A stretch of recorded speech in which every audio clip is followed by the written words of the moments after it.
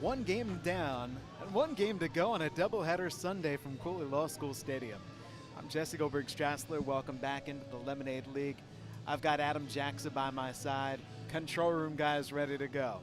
Let's go back through what happened in Game 1 earlier today, a 1 o'clock p.m. start time, and we were done in just a little over an hour. It began with this Brandon Shire bunt single in the bottom of the first inning to get the Locos offense rolling. Michael Steigels followed, singling him to second base. And with 2 on, nobody out, Cade Preston gave the Locos their first run. And this was a start for the Locos where you thought maybe this was going to be a high-scoring game, but eventually this run and then this next running you're seeing on a wild pitch, that would go on to bring in Michael Steigels right here. 2-0, Jesse. We had that score for a good while in that first game. That was with the left-hander John Fantazzo on the mound. Right-hander Garrett Larner took over, and you see the great defense behind him. There's the second baseman Logan Welch making the play. Larner went on to fire 3 scoreless innings. Here's more good D. That's shortstop Darren Davis out to make the grab over the shoulder in front of left fielder Cornwell. And on the other side, for the Locos, yes, there was great D, but there was great pitching by Colin Bradley. Yeah, he was excellent, going all 5 innings, giving up just 3 hits and helping the Locos to get off to a good start. Garrett Larner kept on doing his thing. He picked off Sean Hattlesey, and then the strikeout right there of Alex McCormack, followed by Garrett Lanker. Garrett Larner, 3 scoreless innings, but still it was 2-0 going to the top of the 5th inning. Drew Cavanaugh with 1 out doubles into the left field bullpen, and the Lugnuts still had life. Yeah, they certainly did. They give him credit. Fought back, but and needed it there in the 5th with this single from Paywan to get back into it. So Cavanaugh comes in. The potential game-tying run is on, but Colin Bradley shut it down from there and completed it. 5 innings for Bradley, a 2-1 Locos win. Yeah, really impressive for Bradley. He goes the complete game, holds this Lugnuts team to just 1 run. I know it was only 5 innings, but they've been averaging 11 runs throughout their last 4 games in 7 innings, and to hold the top of this order and everyone in check and go all 5 innings, the longest for a starter in the Lemonade League, very impressive. All right, let's see. Can the Locos pull off the doubleheader sweep, or will the Lugnuts respond? Starting lineups up next here in the Lemonade League.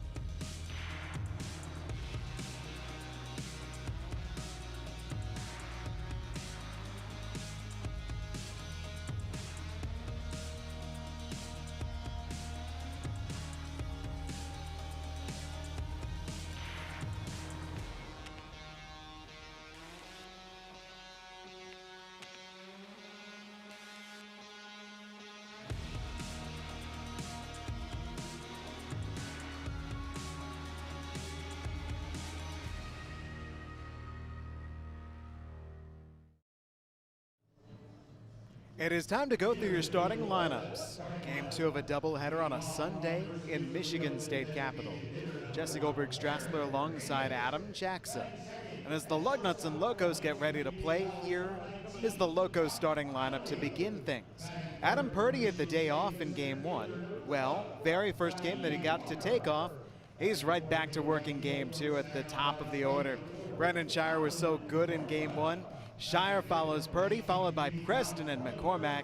Steigels moves down to bat fifth.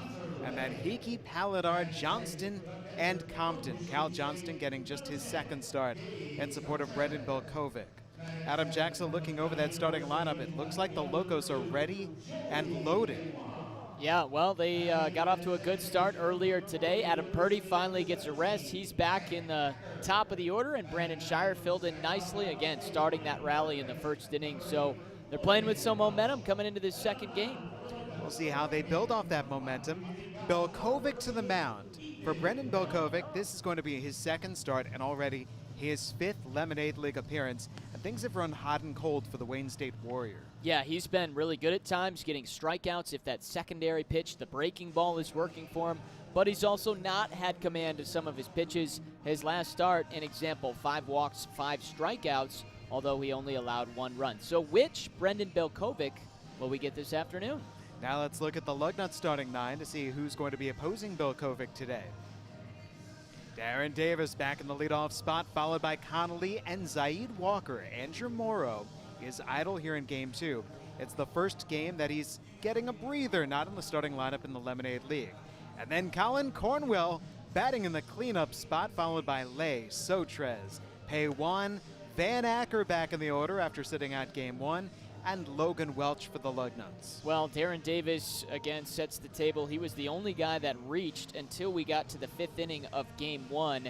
And I think it's a good game off for Andrew Morrow, especially with Colin Cornwell and the production he's had.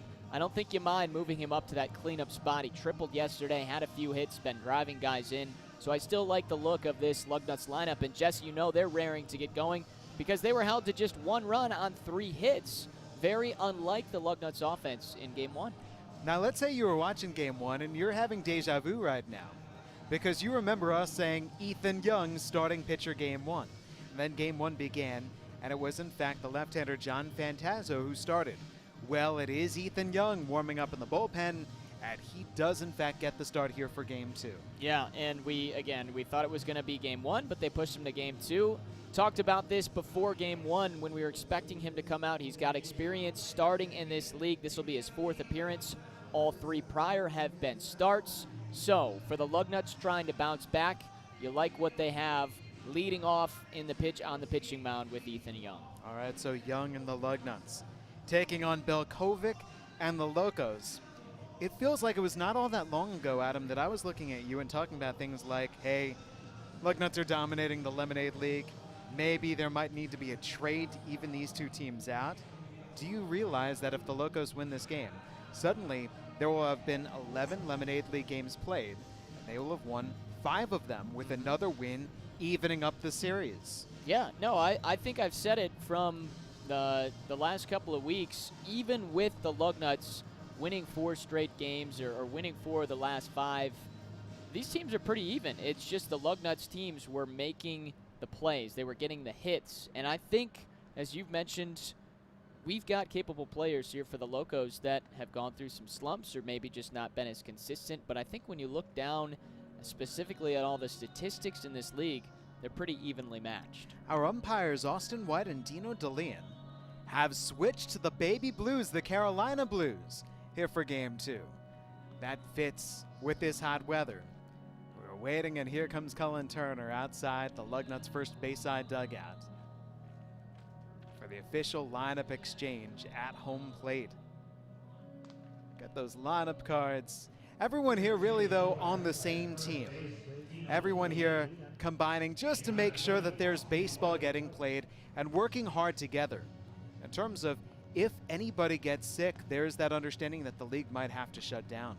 And so in speaking with the commissioner of the league, Greg Kiger, he has understood since the very start that we've been walking that tightrope. Or if you want to change metaphors, it's been on a razor's edge. There have been a lot of teams around different summer wood bat leagues that have had to shut things down, that have not been able to continue to play baseball.